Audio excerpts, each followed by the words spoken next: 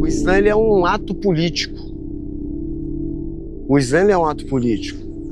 Os corpos que ocupam esse espaço são políticos. Tá ligado? E você se posicionar politicamente consciente é arriscado. Até hoje eu tenho que explicar que o Islã é uma competição de poesia, uma batalha de poesia, só. Não só que seja só, mas só que é isso. É uma batalha de poesia. Não deveria nem ter batalha, mas é uma batalha de poesia Islã. A competição é de menos no Islã. Na verdade, o Islã ele tem um papel humanitário e sociológico muito maior do que a competição. Então, se você não consegue enxergar a raiz, tanto do problema quanto do sucesso, você não vai ter o Islã perdurado. Você vai ter uma competição, pode trocar o nome.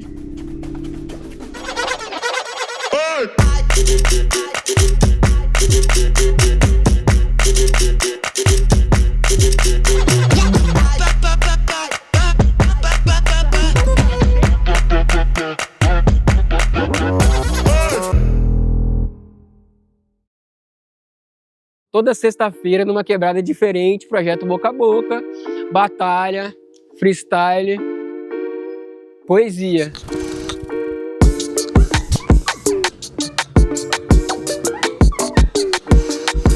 Poesia, o espaço da poesia é muito reduzido. O coletivo Literatura Marginales veio com isso aí. Perifericamente, dentro das batalhas de rima, mais especificamente dentro do boca a boca, surge uma galera que gostava de literatura e que não tinha tanta sagacidade para improvisar rimas. Essa galera se encontra e entra em contato comigo ali, porque já tinham ali em mim uma referência devido aos movimentos que eu fui criando no decorrer da minha vida. E aí eles me apresentam isso e eu enxergo uma nova potência nisso, que era o coletivo Literatura Marginales. O Marginales, o coletivo Literatura Marginal, ES, Espírito Santo, né? A gente se encontrou no projeto Boca a Boca, tá ligado? Foi Jane e Júpiter que se encontraram primeiro, depois Joel e Léo. O coletivo surgiu no ano de 2012. A ideia da gente era poder reunir a galera que escrevia num grupo que a gente pudesse fazer uma discussão sobre a literatura marginal, porque a gente identificava que tinha uma galera que escrevia, mas a galera não se reunia. E aí, a partir do momento que eles explicam para mim ali, tentam explicar o que é literatura, eu me aprofundo mais e vejo uma nova possibilidade. Daí eu colo com eles colam comigo e a gente começa a fazer um movimento literário inverso, ou reverso, que a gente tenta se aproximar da academia, dos espaços acadêmicos. Não somos muito aceitos e percebo que a literatura nada mais foi do que um direito que foi negado para mim a vida toda. E aí eu começo a trabalhar com literatura para além de trabalhar com rap, para além de trabalhar com vários outros tipos de artes ativistas da minha vida. A gente fez muita coisa, tá ligado? E a gente passou por muita coisa, assim, também, de violências, né? De apanhar de polícia. Muita gente não gosta que eu falo não, mas eu acho que é necessário de falar porque nem tudo são flores, né, nesse caminho, né? E a gente já passou por diversas violências, assim, tanto físicas quanto das palavras, né? Porque nosso coletivo era Coletivo Literatura Marginales. O pessoal botava Coletivo Marginal no fly, tá ligado? A gente não era convidado para as paradas, né, de literatura. Chegou a gente tinha a feira literária, a gente chegou a fazer a xepa literária, em contraponto também, porque a gente não era convidado, a gente recebia essas violências de mudar nosso nome. Esse movimento de Islã, por exemplo, eu apanhei da polícia em 2016, em 2017, em 2018. Eu fui apanhando da polícia, eu fui apanhando da vida, fui apanhando da rua. E hoje as pessoas conseguem fazer um Islã numa praça sem apanhar. E é isso, muita correria, né? Até chegar aos tempos atuais, né? Até chegar o primeiro Islã também, né? Que 2015, o Marginales é de 2010, 11. Escrevi o último poema para ela. Vou costurá-lo na boca de um sábio. O trabalhador trabalha a dor um mês inteiro e eu só tinha 7,50 do troco da passagem de ônibus e meia garrafa de xixa que virei de uma só para me dar coragem para ir no que estava mais perto. Nós estávamos fazendo saraus, sarau quebrando o silêncio. Quebrando o silêncio mesmo quebrando o seu grito. Aí, nesse sarau que a gente fazia às terças-feiras, dava mais ou menos mais de 50 pessoas, vindo gente de tudo e qualquer lugar. A gente não tinha nenhum aparato, a gente somente subia em cima do banco e começava a declamar nossos poemas. E as pessoas se amarravam. As pessoas iam para ficar vendo a gente aplaudir. De certa forma, a gente se protagonizou, porque a visibilidade social fazia parte também da nossa história. E aí, a partir disso, a gente conversando e falamos, cara, você viu um movimento que está rolando em São Paulo, que é uma competição de poesia. E a gente riu muito naquele dia que nós falamos, que coisa mais idiota do mundo. Mas decidimos fazer, porque é uma coisa bem idiota, mas que tem um potencial muito grande, pelo princípio do nosso corre. Eu sempre parti do princípio relacionado à literatura que esse direito que foi negado a mim não poderia ser negado pelos iguais a mim.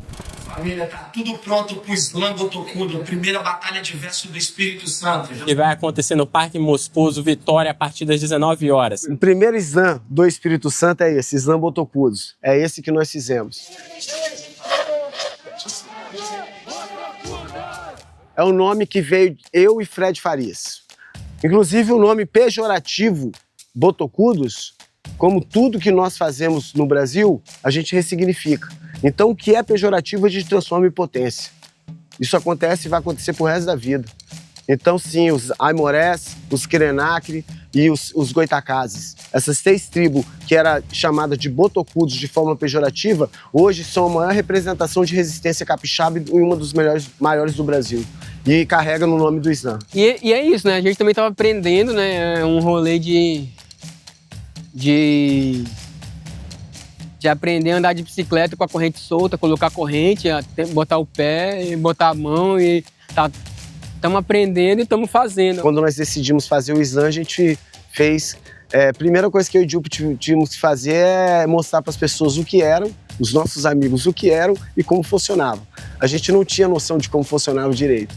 E a gente inventou as regras, mas depois bateu as regras que eram exatamente as regras que lá eles faziam. Depois eu fui para São Paulo para conhecer de perto. A gente não tem muito registro histórico, porque a gente era muito pobre, mano. A gente não tinha celular, a gente não tinha nada.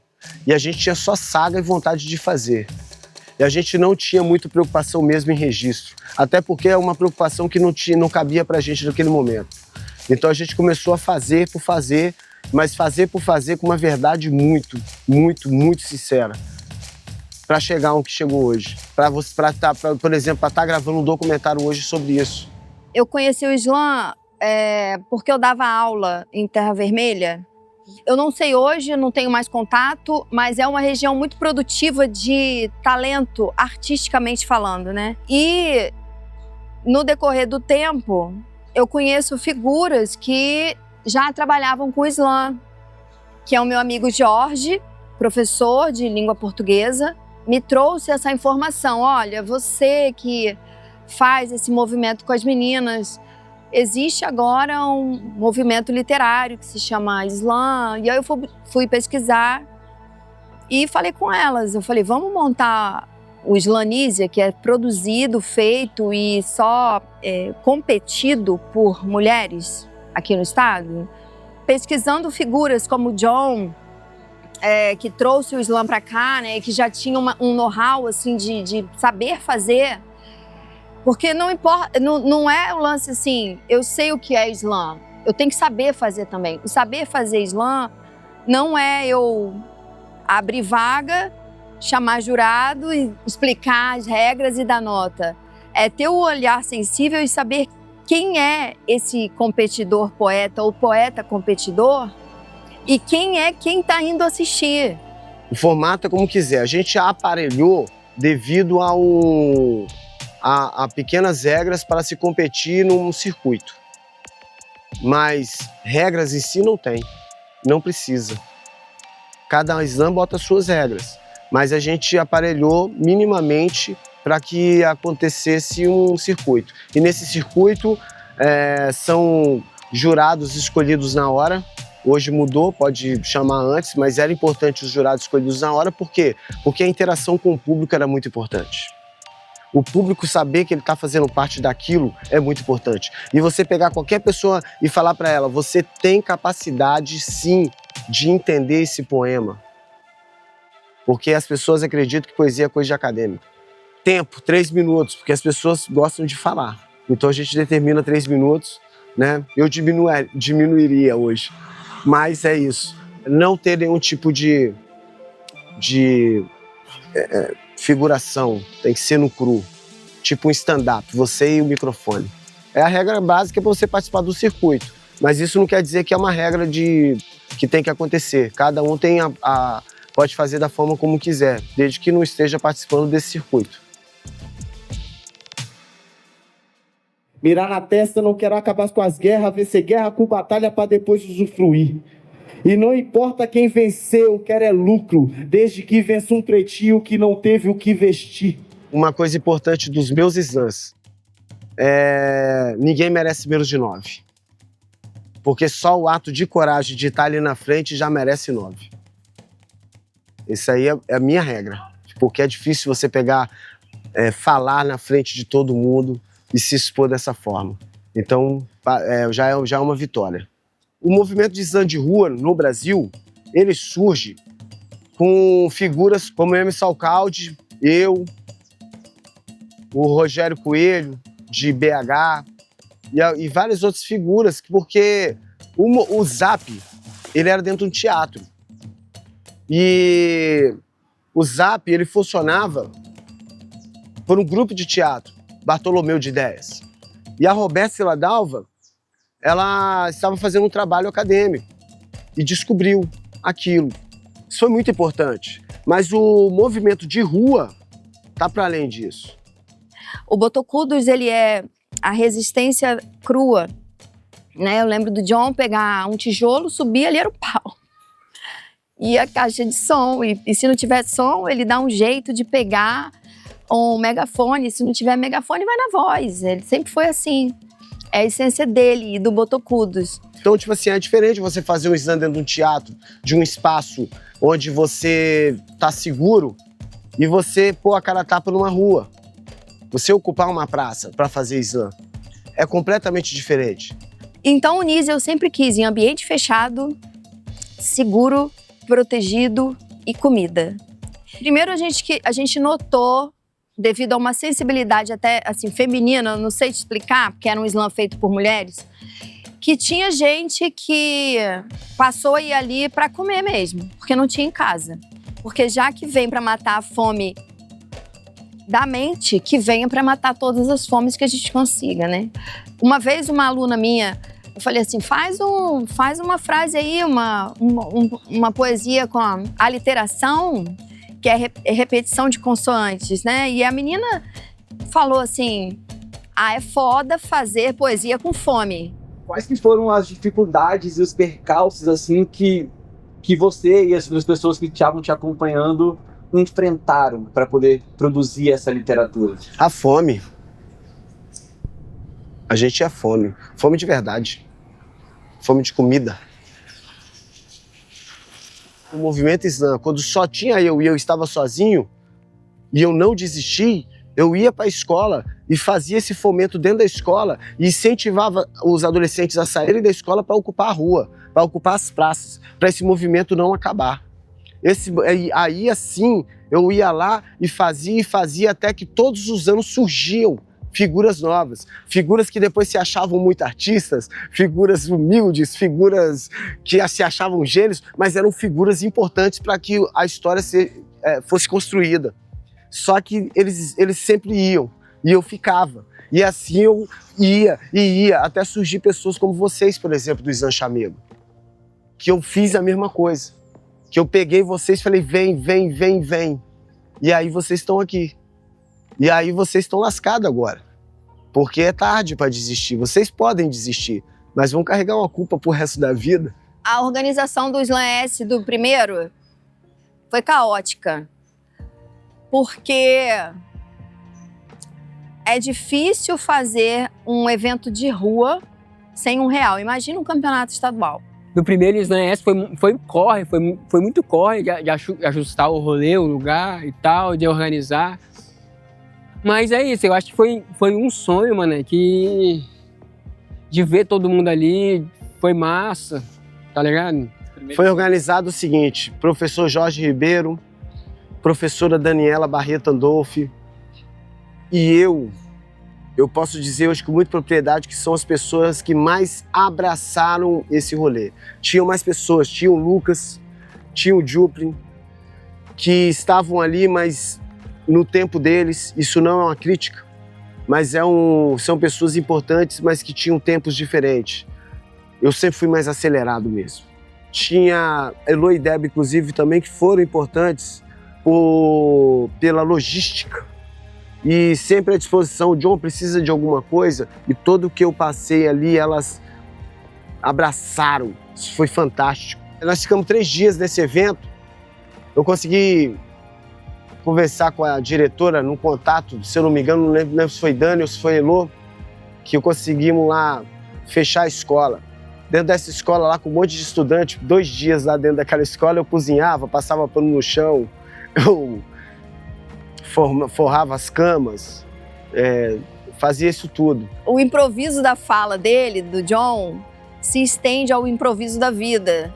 Ou o contrário, o improviso da vida se estende ao improviso da fala. Eu não sei a ordem. Eu sei que o Slam saiu no improviso e maravilhoso, assim, com alojamento, com comida, com segurança, com lazer, que houve a piscina da escola, com autoestima, com uma logística de levar, o carro vai levar tanto agora para Barra do Jucu, agora o carro vai...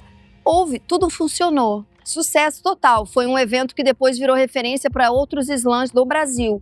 As pessoas ligavam para John, os contatos dele, os amigos, que ele faz parte também do Slam BR, e ligavam, como você fez?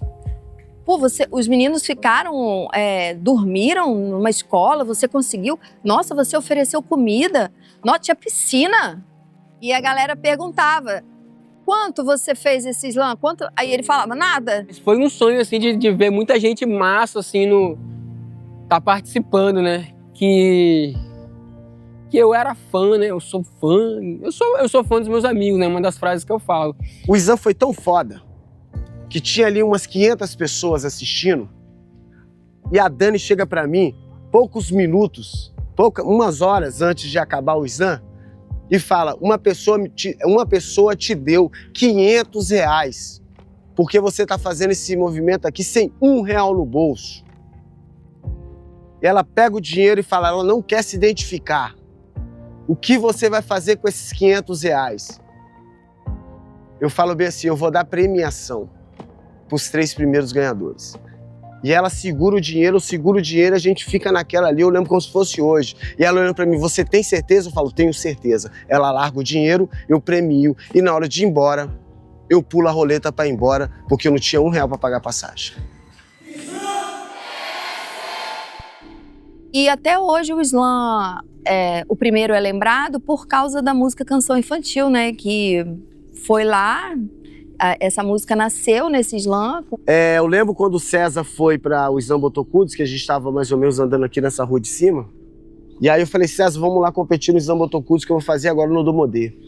Ele falou, pô, mas eu nunca competi. Eu falei, vamos lá, cara. Você é bom, você improvisa. Ele foi lá e ganhou. Quando ele ganhou a vaga pro Slam S, ele me mostrou a canção infantil. Fiz um poema. Canção infantil, falei, ele me mostra aí. Ele mostrou. Fantástico. E foi o Canção Infantil que ganhou o Slam S. A vida é uma canção infantil.